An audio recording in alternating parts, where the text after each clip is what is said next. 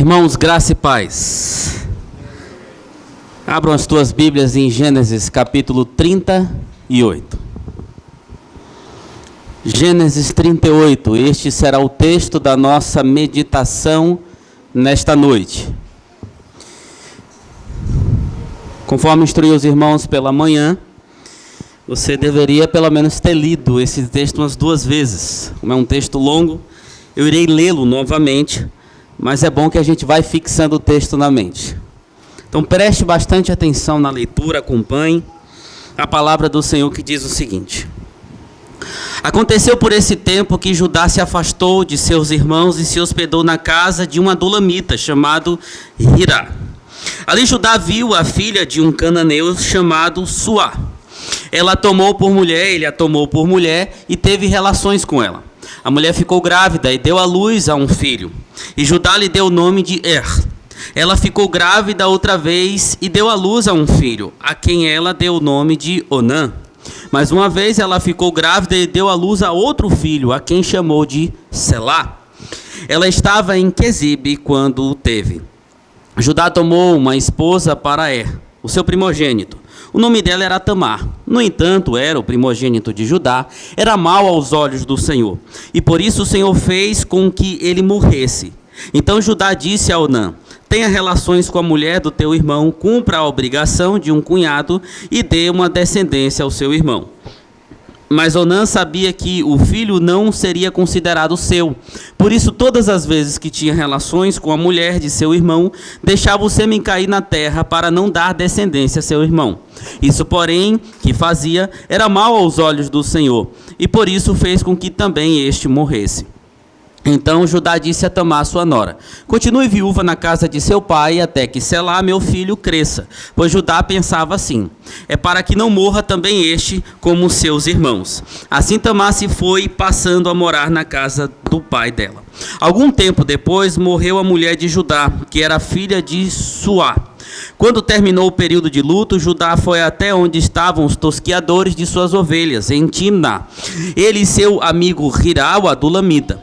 E alguém foi dizer a Tamar: Eis que o seu sogro está a caminho de Timná, para tosquiar as ovelhas. Então ela tirou as suas roupas de viúva e, cobrindo-se com um véu, se disfarçou e se assentou à entrada de Enaim, no caminho de Timná, porque ela sabia que Selá já era homem, e ela não lhe havia sido dado por mulher. Quando Judá a viu, pensou que se tratava de uma prostituta, pois ela havia coberto o rosto. Então se dirigiu a ela no caminho e lhe disse: Venha, quero ter relações com você. Aconteceu que ela não sabia que ele não sabia que era sua nora. Ela respondeu: O que você me dá para ter relações comigo? Ele respondeu: Eu mando para você um cabrito do meu rebanho. Ela perguntou: Você deixa comigo alguma garantia até mandar o cabrito? Ele respondeu: Que garantia posso deixar com você? Ela disse: O seu selo, o seu cordão e o cajado que você tem na mão. Ele lhe deu os objetos, teve relações com ela e ela ficou grávida dele. Tamar se levantou, foi embora, tirou o véu e pôs outra vez as suas roupas de viúva. Judá enviou o cabrito por meio de Adulamita, seu amigo, para reaver a garantia que lhe tinha deixado com a mulher, mas ele não a encontrou. Então o amigo de Judá perguntou aos homens daquele lugar: Onde está a prostituta cultual que costumava ficar junto ao caminho de Enaim? Responderam: Aqui não havia nenhuma prostituta cultual. Ele voltou a Judá e disse: Não encontrei a mulher. E além disso, os homens do lugar me disseram que lá nunca houve nenhuma prostituta cultual. Judá respondeu: Que ela fique com aquelas coisas para si, para que não venhamos a passar vergonha. Eis que mandei o cabrito, mas você não encontrou a mulher. Passado quase 3 meses, foram dizer a Judá: A sua nora Tamar se prostituiu, pois está grávida. Ao que Judá respondeu: Traga-na para fora, para que seja queimada. Quando estavam trazendo para fora, ela mandou dizer ao sogro: Eu estou grávida do homem que pertence a essas coisas. E disse mais: Veja se reconhece de quem é este selo, este cordão e este cajado. Judá os reconheceu e disse: ela é mais justa do que eu, porque não dei a selar meu filho, e nunca mais teve relação com ela. E aconteceu que, estando ela para dar à luz, havia gêmeos no seu ventre. Ao nascerem, um pôs a mão para fora, e a parteira, tomando-a, amarrou nele um fio vermelho, dizendo: este saiu primeiro. Mas, recolhendo ele a mão, o outro nasceu primeiro. E a parteira disse: como você rompeu a saída? E lhe deram o nome de Pérez. Depois nasceu o irmão, em cuja mão estava o fio vermelho. E lhe deram o nome de Zerá. Vamos orar mais uma vez. Senhor, trabalha no nosso coração por meio da Tua palavra. E ensina-nos mais uma vez que, apesar de sermos infiéis, o Senhor permanece fiel às Tuas promessas. Os Teus planos não podem ser frustrados. Mas também, ó Deus, ensina-nos por meio dessa palavra que o que de fato dá sentido à nossa justiça é o que Cristo fez por nós. Porque por natureza, ó Deus, por inclinação, nós somos pecadores, falhos e injustos, assim como Judá era. Mas que somente em Ti podemos ter o nosso caráter trabalhado e justificado por meio da obra do nosso Senhor e Salvador. Assim nós oramos, confiados no agir do Teu Espírito que convence o homem do pecado, do juízo e da justiça. Em nome de Cristo, nosso Salvador. Amém. Queridos, Gênesis não é apenas o livro das origens, mas também o livro das promessas em movimento.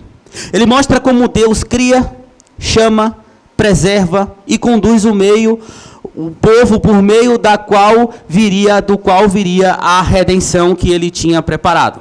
A história avança não pela perfeição humana, mas pela fidelidade soberana de Deus à sua própria palavra e propósitos. A promessa feita a Abraão é reafirmada a Isaque e transmitida a Jacó. Em Jacó, a promessa entra numa fase de tensão, favoritismo, engano, divisão familiar e pecado aberto.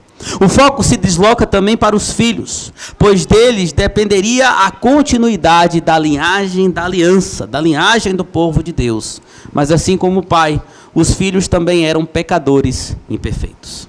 E Gênesis 38 conta a parte da história de um dos filhos de Jacó, Judá, que se afastou voluntariamente e pecaminosamente da aliança e também do povo de Deus e do lugar que deveria estar, que era Canaã, expondo o estado espiritual da família da promessa e também o risco real da extinção moral e pactual que deveria haver entre eles. A linhagem messiânica estava ameaçada, não por inimigos externos, mas pela omissão, pelo pecado e pela injustiça de quem deveria preservá-la. E é exatamente aqui que a justiça divina entra em cena mais uma vez. Não para anular a promessa, mas para resgatá-la do colapso moral que até mesmo o povo de Deus cometia. Portanto, queridos, ao adentrarmos neste capítulo, precisamos compreender que não estamos diante de um episódio periférico, mas de um texto essencial para afirmar uma verdade central que deve estar no nosso coração. Quando homens falham, Deus ainda assim age soberanamente para cumprir a palavra dele. Quando a aliança é tentada a ser quebrada por meio das nossas ações, por meio dos nossos erros, ou ameaçada de alguma forma, a justiça divina e a vontade de Deus se levanta para preservá-la e fazê-la avançar. E é justamente essa lição que esse texto nos traz. A justiça divina preserva e faz avançar a promessa. Apesar de homens pecadores, apesar de homens falhos, é assim que o Senhor faz. E conforme o texto, olhando para os versos de 1 a 11, a justiça divina, ela preserva e faz a promessa e a vontade do Senhor avançar, mesmo quando a responsabilidade da aliança é negligenciada. Meus irmãos, durante muito tempo, estudiosos defenderam uma espécie de ruptura entre o relato do capítulo 38 com o relato dos capítulos 37 e 39. Contudo, tal defesa não se sustenta, sintaxicamente, não é aceitável. Por quê? Porque o capítulo 38 não é um apêndice acidental ou uma digressão, mas é uma intercalação teológica intencional, que comenta o profundo drama iniciado no capítulo 37. O que é que a gente vê lá? A venda de José, toda a história como foi. O luto de Jacó também. Flui então quase sem transição para a separação de Judá, sugerindo aí algo simultâneo na moralidade da narrativa, não um mero intervalo cronológico. Nós olhamos o verso de número 1 dizendo: aconteceu que por esse tempo que Judá se afastou de seus irmãos e se hospedou na casa de um adulamita, ou seja, ele foi ali para as regiões de Canaã. E é interessante que quando a gente olha para Gênesis 37, 25, é dito ali que os irmãos de José veem mercadores que faziam descer. Existe um termo hebraico utilizado ali para trazer essa ideia. Faziam descer especiarias para o Egito e pensaram em vender José para eles. No capítulo 37, no verso 35, crendo que José estava morto, Jacó declara que descerá até o lugar dos mortos. Que queria isso para estar com o seu filho, que na mentalidade dele estava morto. No seu luto ele diz: eu vou descer. É o mesmo termo. Quando a gente olha para Gênesis 39, 1, é dito que José foi feito descer, ou seja, levado a descer ao Egito, onde foi comprado por Potifar. E essa mesma ação ou ideia verbal é aplicada a Judá aqui no capítulo de número 38, no verso 1. Pois ele desce para longe dos seus irmãos. Tá, e agora? Meus irmãos, na Bíblia hebraica, muitas vezes, quando você vê no texto essa ideia de descer, não é algo neutro. Frequentemente indica afastamento do lugar da aliança, perda de referência espiritual, direção assimilada com povos e costumes totalmente diferentes que não compartilham a promessa. Enquanto José desce, conduzido pela mão invisível de Deus para cumprir a promessa até o Egito, Judá desce por iniciativa própria, afastando-se da aliança, da sua família que estava em Hebrom e de suas obrigações. Ele tinha na época mais ou menos 20 anos. E aqui já fica algo muito claro para nós, meus irmãos. A vida cristã não se perde de uma vez, mas muitas vezes por afastamentos progressivos. Ações, atitudes, quando se negligencia, por exemplo, a comunhão, quando se negligencia a obediência, a espiritualidade, isso abre espaço para quê? Para decisões que vão corroendo a fé, até que a ausência de zelo se torne algo escandaloso. Muitas vezes é isso que acontece, um passo após o outro, mas sempre se afastando da vontade de Deus. Não basta apenas confiar que Deus é soberano, meus irmãos. Nós falamos isso pela manhã. É necessário perguntar se nossas escolhas honram aquilo que nós somos em Deus e fomos chamados para ser em Deus. Muitos se consolam na doutrina correta. Eu conheço a palavra de Deus, eu tenho uma doutrina correta, mas enquanto caminham em descompasso com a vontade revelada de Deus, não adianta conhecer se a gente está sempre se afastando por causa da pecaminosidade do nosso coração.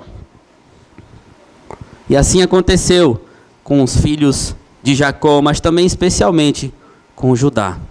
E também nos é dito aqui que ele vai para a cidade de Adulão. É interessante você pegar esses detalhes aqui na Bíblia, porque a caverna de Adulão ficava, por exemplo, ali nas regiões de Canaã, onde futuramente foi a tribo de Judá. Quando as tribos foram divididas, a tribo de Judá ficou com essa parte, onde ficava a caverna de Adulão.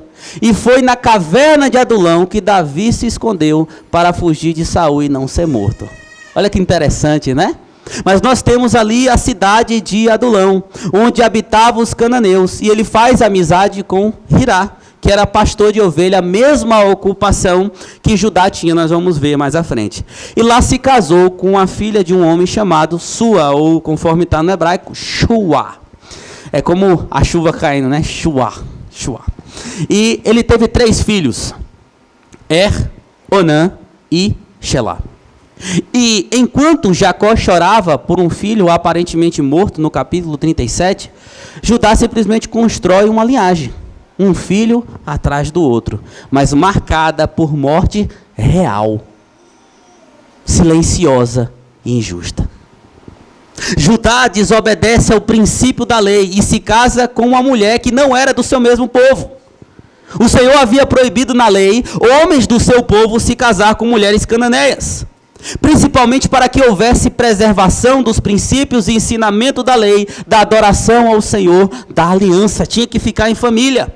Quando a gente fala assim para os mais jovens, né? Não se envolva com quem não é crente. A Bíblia chama isso de jugo desigual. Mas não é uma coisa inventada por nós, ou não é só um princípio do Novo Testamento. Desde o início Deus fala a mesma coisa. Não se envolva com quem não compactua da mesma fé que você. Aí quando é adolescente fica naquela coisa, nas paixonites. Ah não, mas aquela ali é do mundo, mas é mais bonita. Aquele ali é do mundo, mas é mais interessante. Não existe isso. Você nunca vai ter um casamento saudável, uma vida saudável, se você optar pelo jugo desigual.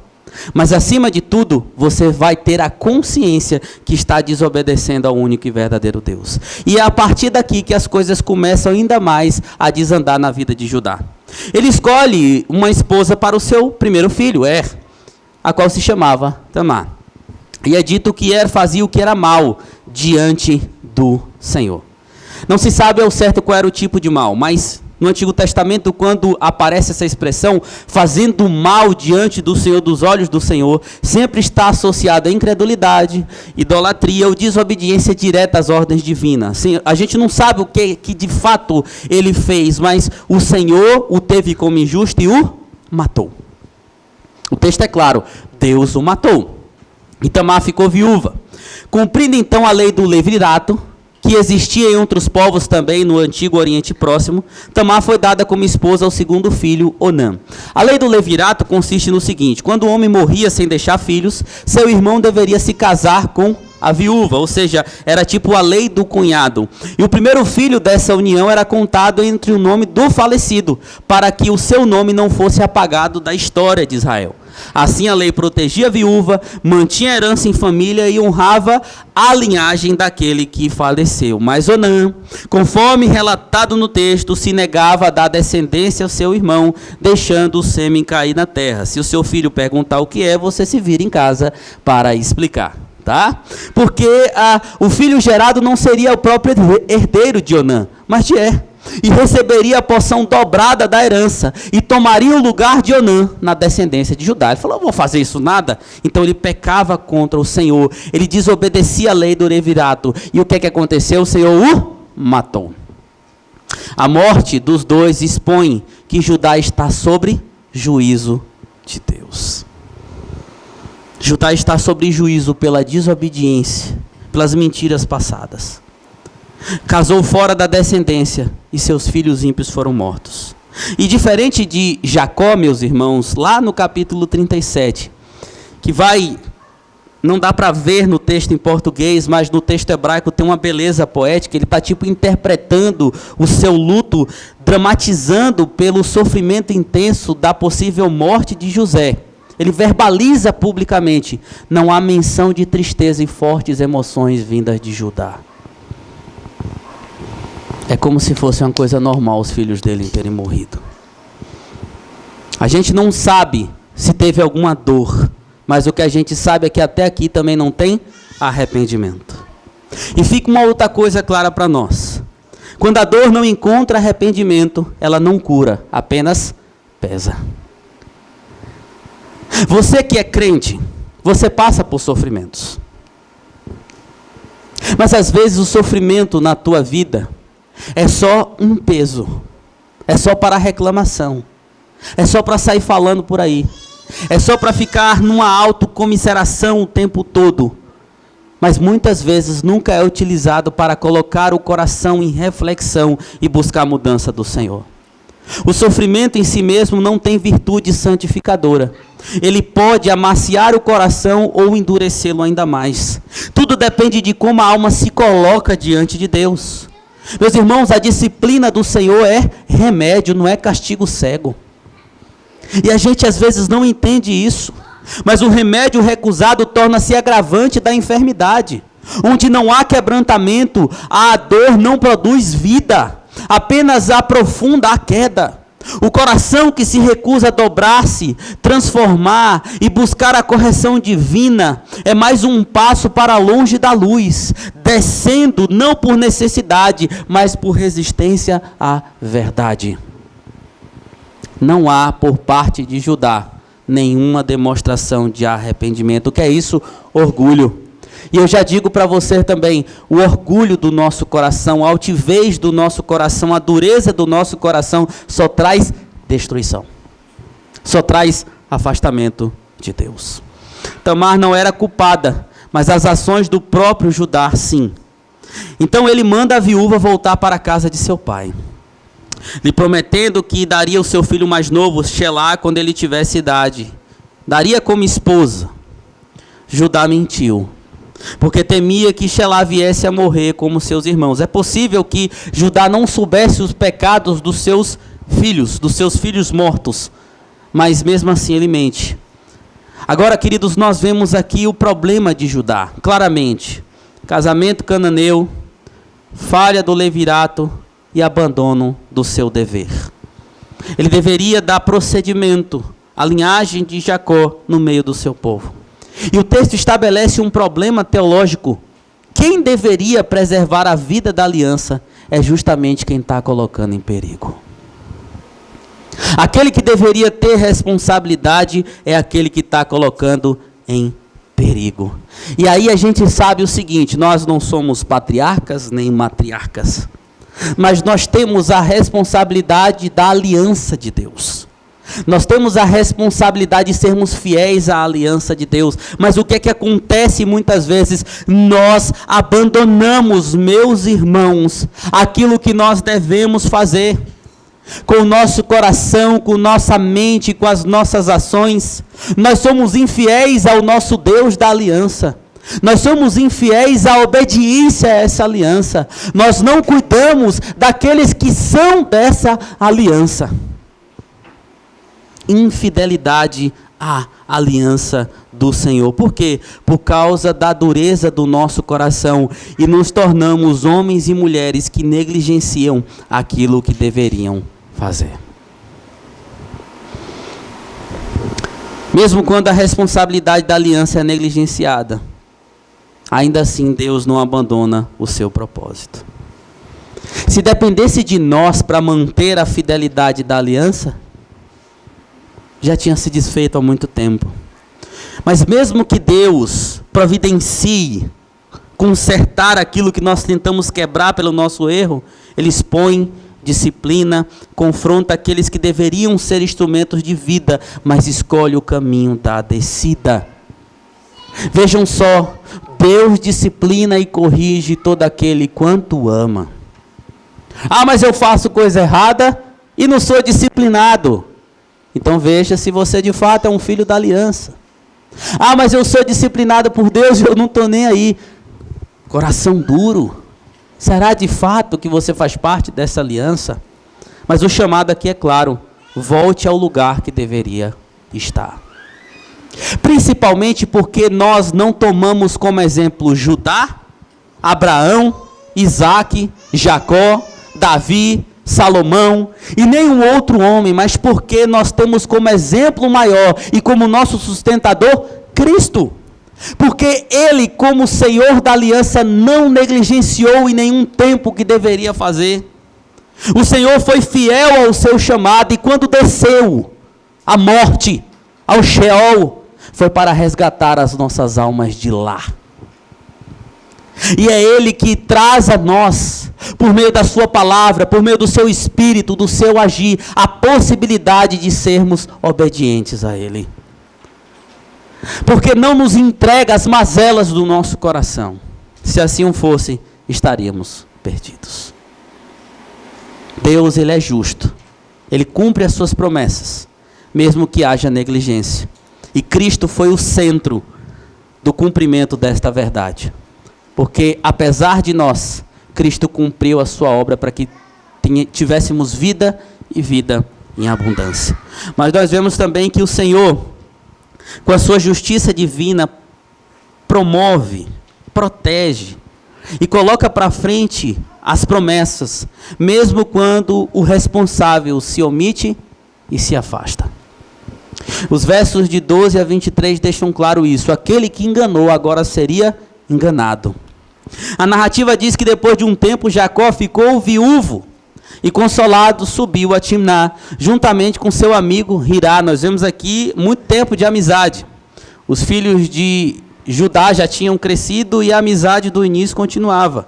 Eles subiram para tosquiar ovelhas. A tosquia de ovelha representava um evento de grande significância social e econômica da vida pastoral antiga naquele lugar.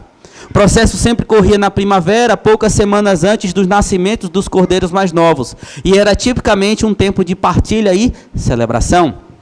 Os pastores levavam os seus rebanhos a um lugar central.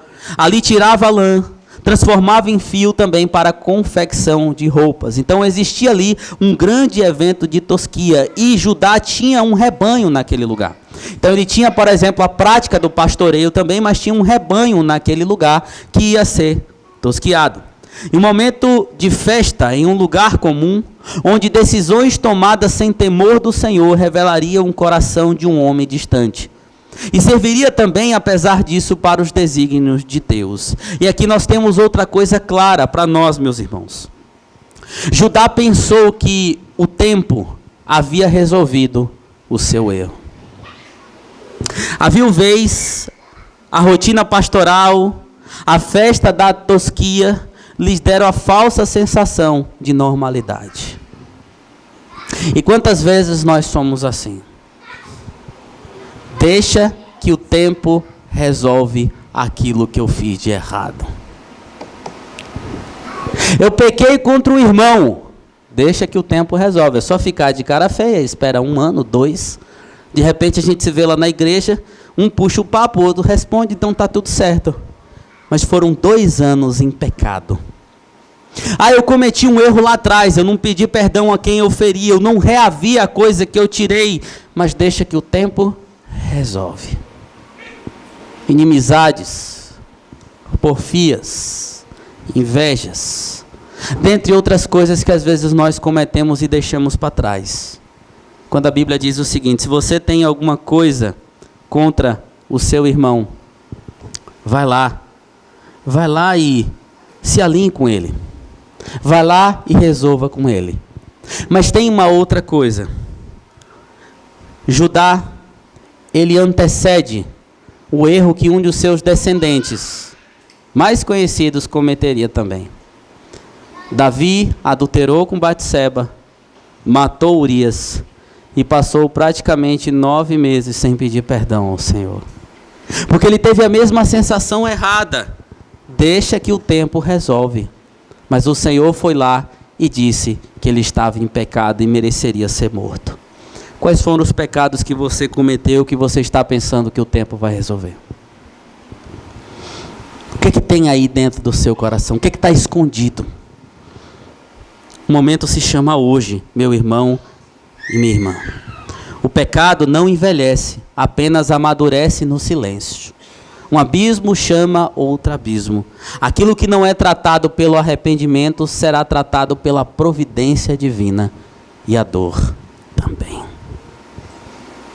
Judá cometeu esse erro. E a narrativa nos mostra que alguém que tinha conhecimento dessa situação deu notícia a Tamar. Nós vemos aqui um fofoqueiro, né? Ou uma fofoqueira que ficava olhando a vida de Judá. E aí chega para Tamar e diz o seguinte, ó. O que vai acontecer? Judá está indo para Timná. Tamar, então, visivelmente esquecida, age para restaurar aquilo que lhe foi negado. Ela não está certa, está errando também. Mas Judá não cumpriu a promessa de lhe dar como esposa a Xelá. Judá, então, vai subindo para aquele lugar. E ela, sabendo disso, tira suas vestes de viuvez, a sua marginalização. Se vocês não sabem, as viúvas naquela época sofriam muito. Elas eram afastadas da sociedade. Se não tivessem na casa dos pais, morriam de fome. Era escória da sociedade. era tratada como uma parte marginalizada do povo de determinada cidade. Ela tirou tudo e vestiu um véu. E foi para Enaim, que ficava no caminho para onde Judá estava indo.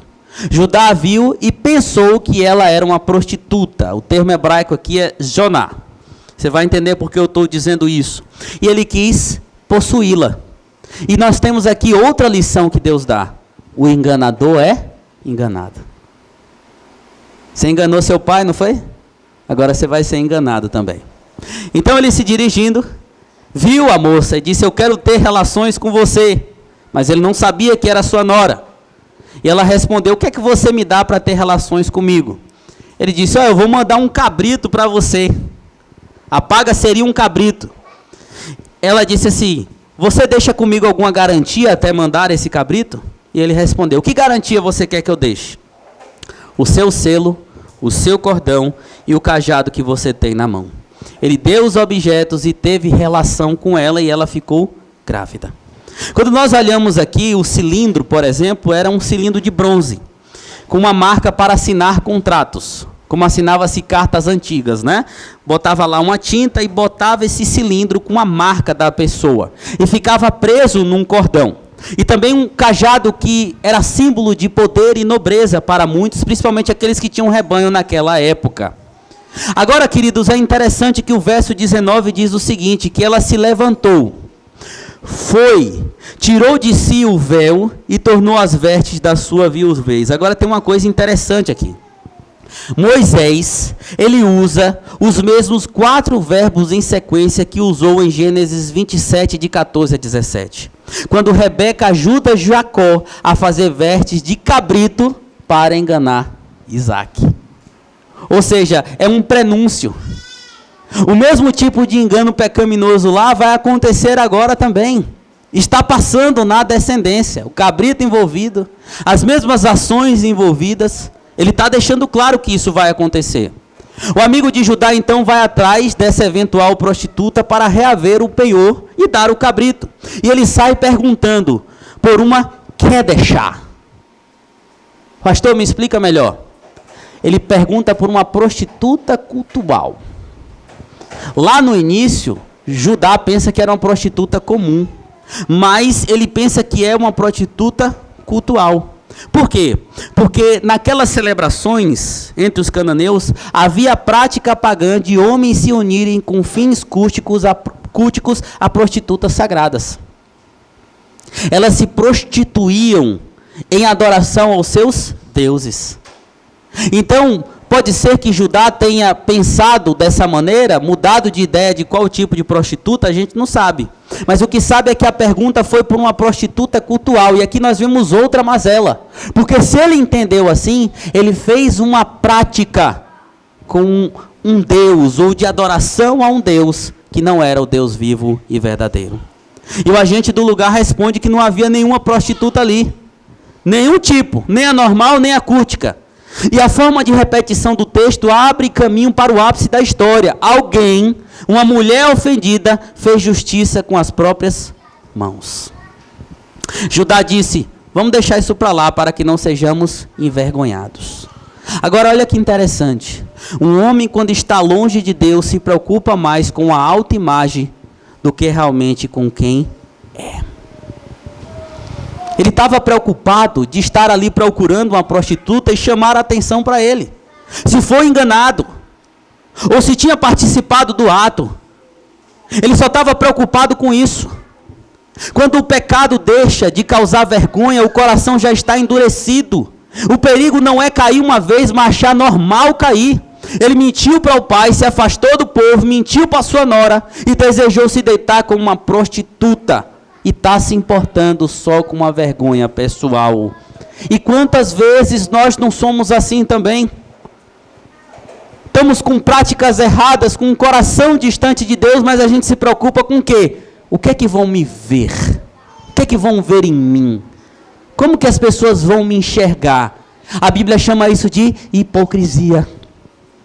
É por isso que Jesus diz o seguinte: quando você tenta tirar a trave do olho do teu irmão, hipócrita, tire a trave do seu próprio olho. Não devemos querer viver de aparência. Ah, meus irmãos, e quando a gente fala de responsabilidade da aliança, este homem Judá foi irresponsável, hipócrita, maledicente. Mas, quando a gente olha para o nosso Senhor Jesus como responsável da aliança, ele nunca se omitiu. Cristo nunca se afastou da sua responsabilidade, mas desde o seu nascimento ele marchava em direção à cruz para cumprir a vontade de Deus, para cumprir aquilo que ele deveria fazer.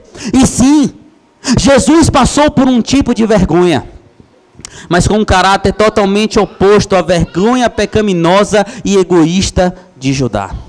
Lá em Hebreus 12:2 diz que Cristo suportou a cruz, não fazendo caso da vergonha.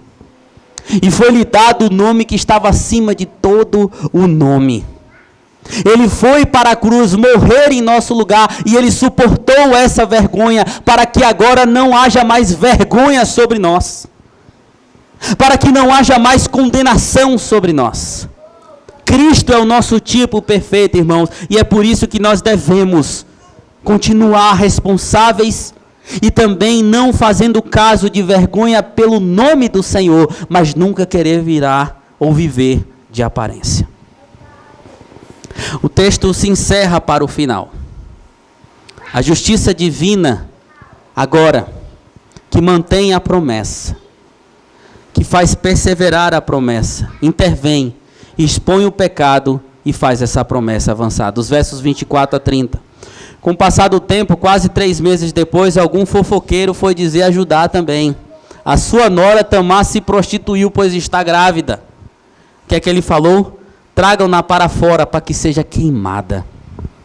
O autor destaca a brutal precipitação de juízo de Judá. Sem investigação, sem pedido de prova, sem qualquer pausa reflexiva, ele simplesmente diz: traz e vamos queimar ela. Ela e o que está no ventre. A gravidade é acentuada, queridos, aqui pelo texto hebraico. Nós temos aqui palavras imperativas que trazem um tom de frieza. Agora, alguns estudiosos e referências bíblicas fazem uma associação precipitada. Em Levítico 21:9 diz que quando a filha de um sacerdote se prostitui e profana seu pai, tem que ser queimada. Mas o texto fala da filha de um sacerdote, que profana ali o ofício de seu pai. A punição, então, é prevista para isso.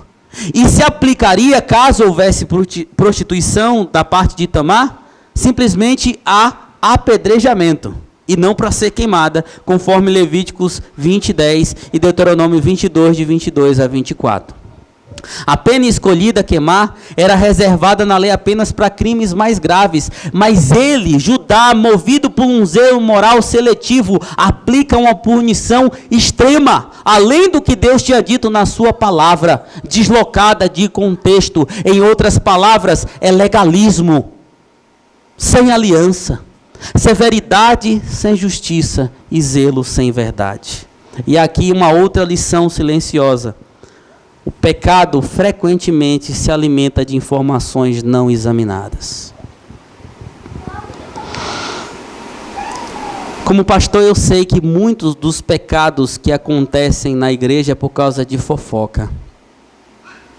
É por causa de um disse-me-disse, de acusações trocadas.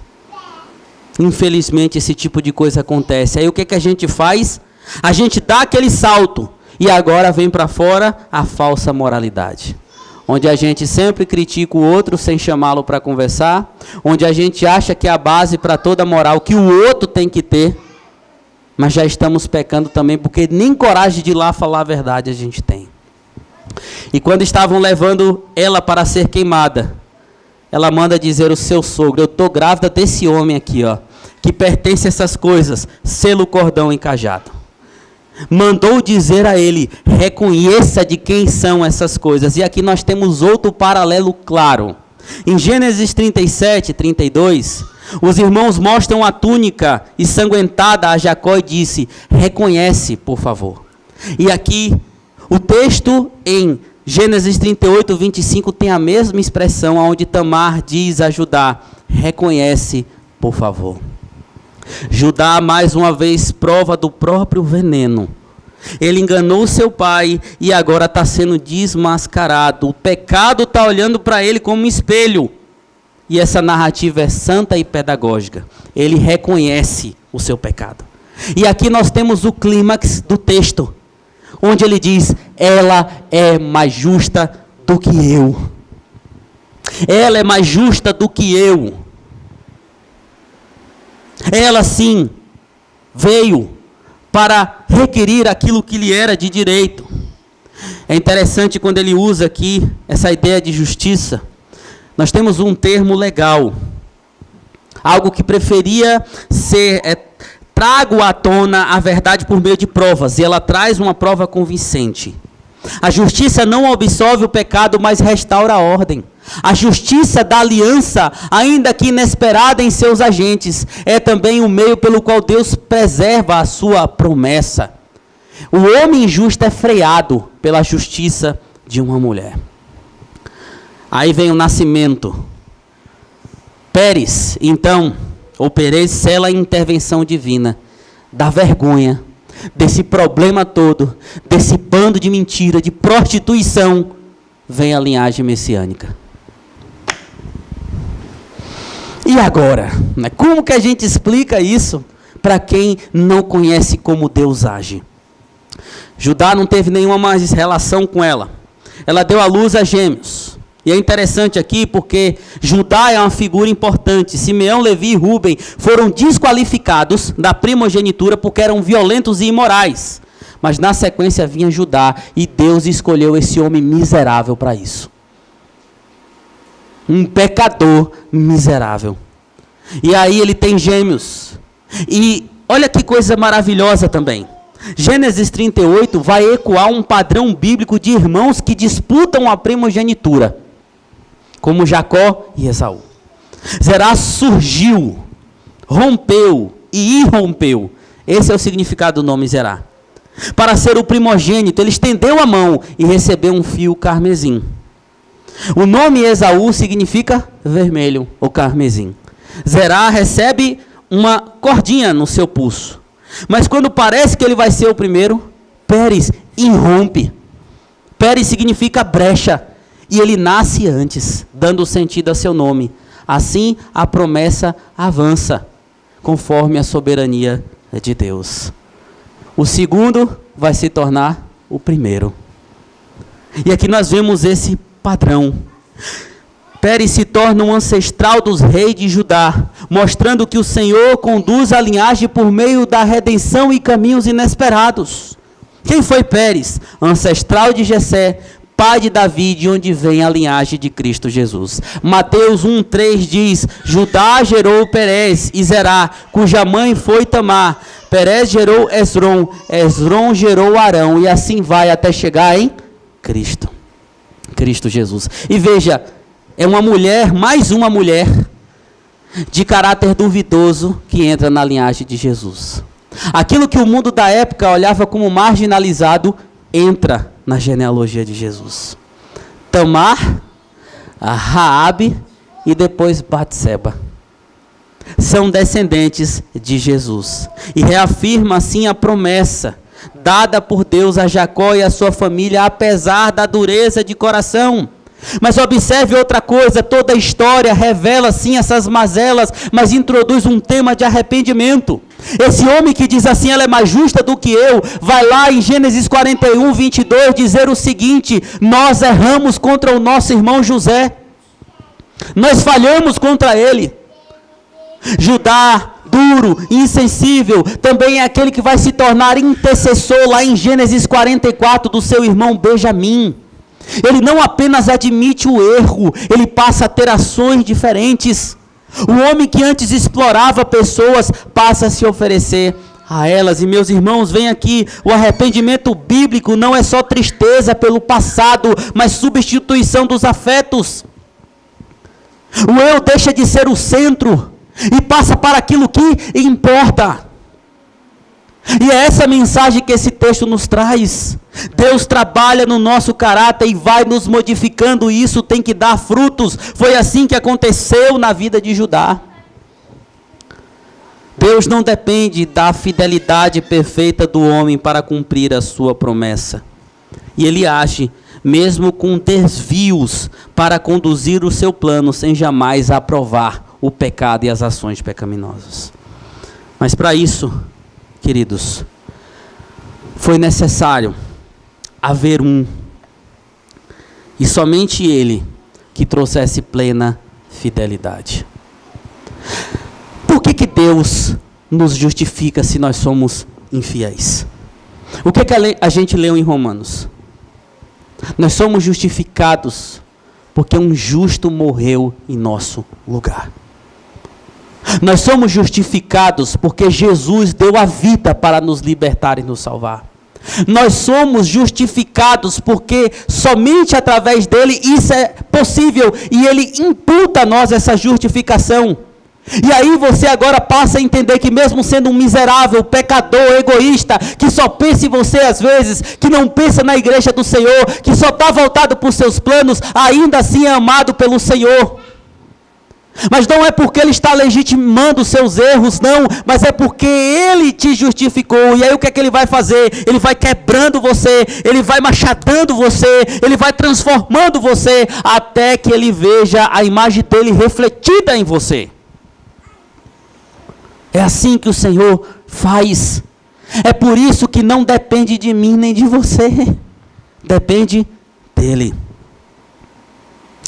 E diferente daqueles que tentam travar por suas ações o reino de Deus, Jesus é aquele que faz a promessa avançar para a glória dEle. Jesus é aquele que faz a promessa ir. Às vezes a gente é negligente, não prega o evangelho a ninguém, não está nem aí, não se doa pela igreja, mas a igreja não precisa de mim e de você não. Para conseguir almas, o Senhor não precisa de mim e de você não. Ele é soberano. Para nós é uma vergonha, mas Ele é soberano. Ele vai fazer a sua igreja avançar, a sua promessa avançar. Mas já encerrando, meus irmãos, o texto nos mostra que a justiça da aliança, ainda que inesperada em seus agentes, é o meio pelo qual Deus preserva infalivelmente a sua promessa. Mas devemos sempre entender, isso funciona porque tem alguém que a gente pode olhar e dizer assim: Ele é mais justo do que eu. Ele é melhor do que eu. Ele é além de mim. Merece toda a honra, todo o louvor e toda a nossa adoração. E meus irmãos, devemos pedir sempre que o Senhor haja com essa misericórdia, para que a sua verdade possa estar explícita a esse mundo, principalmente através da nossa vida. Ao invés de infidelidade, que sejamos fiéis ao Senhor. Então vamos cantar um cântico que vem como resposta a essa verdade. O hino do Inário Novo Cântico, número 18, Deus dos Antigos.